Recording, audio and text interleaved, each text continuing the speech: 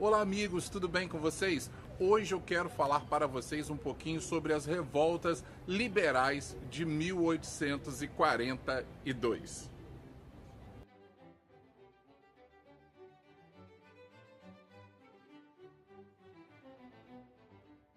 Em 1842, nós estávamos apenas no segundo ano do Segundo Reinado.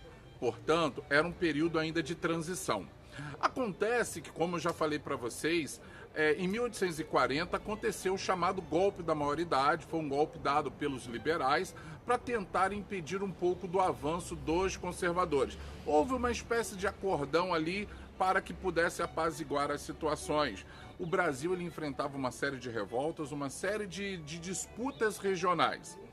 Em 1841, os conservadores que estavam no poder começaram a propor uma série de medidas para impedir o chamado avanço liberal conseguido lá em 1834 com o padre Diogo Antônio Feijó. Esse avanço liberal significava uma volta à centralização do poder, a volta do Conselho de Estado, seria, portanto, o terceiro Conselho de Estado, e a reforma do Código Criminal. Essa reforma do Código Criminal, ela praticamente extinguia os poderes do juiz de paz, relegando ao juiz de paz apenas uma função administrativa na localidade. Então ela passava inúmeras das funções de juiz, de chefe de polícia, juiz de primeira instância, para o chamado juiz de direito. E para quem não sabe, o juiz de direito, ele deveria ser formado em direito e era alguém indicado exclusivamente pelo imperador. Já os juízes de paz não, eram pessoas que eram eleitas pelo povo. Pois bem, em 1842 surgiram várias oposições com relação a isso, muita questão começou a ser debatida, eu não vou entrar aqui com os nomes, mas dois líderes, o padre Diogo Antônio Feijó, lá em Sorocaba, e Teófilo Otoni, em Minas Gerais. Essas duas pessoas foram duas fortes lideranças nesse movimento. E uma coisa que é importante dizer, o Barão de Caxias, ele era um personagem que já vinha apaziguando uma série de revoltas pelo Brasil. E aí ele foi chamado também, primeiro para ir a São Paulo. Lá chegou a existir 2.500 revoltosos e a situação acabou sendo apaziguada. O Diogo Antônio Feijó chegou a mandar uma carta desaforada para o Barão de Caxias, mas ele respondeu, se for necessário, eu uso a força.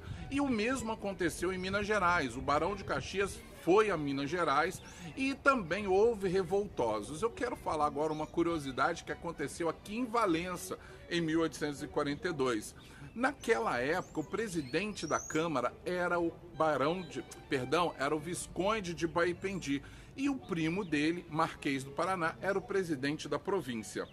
Como eu já falei na época da Guarda Nacional, a Guarda Nacional ela estava sob uma jurisdição do presidente da província e era a província responsável por armar os guardas nacionais.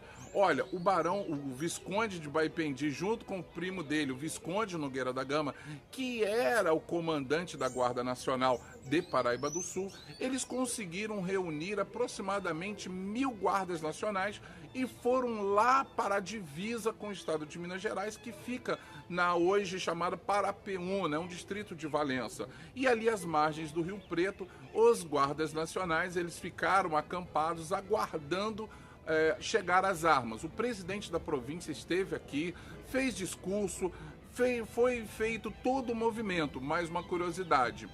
As armas não chegaram. E aí houve um boato de que os revoltosos de Minas Gerais, eles já estavam chegando a Minas Gerais. Hoje a gente sabe que isso não é verdade. E aí houve um desespero. Os guardas nacionais, eles ficaram sem saber o que fazer. E aí, nós estamos desarmados? Vamos enfrentar os revoltosos desarmados? Pois bem, o Barão de Caxias conseguiu apaziguar aquela situação e em 1844 as pessoas acabaram sendo anistiadas. Então, e aí, gostou? Se você gostou, curta a nossa página, siga o nosso canal e até a próxima. Um forte abraço.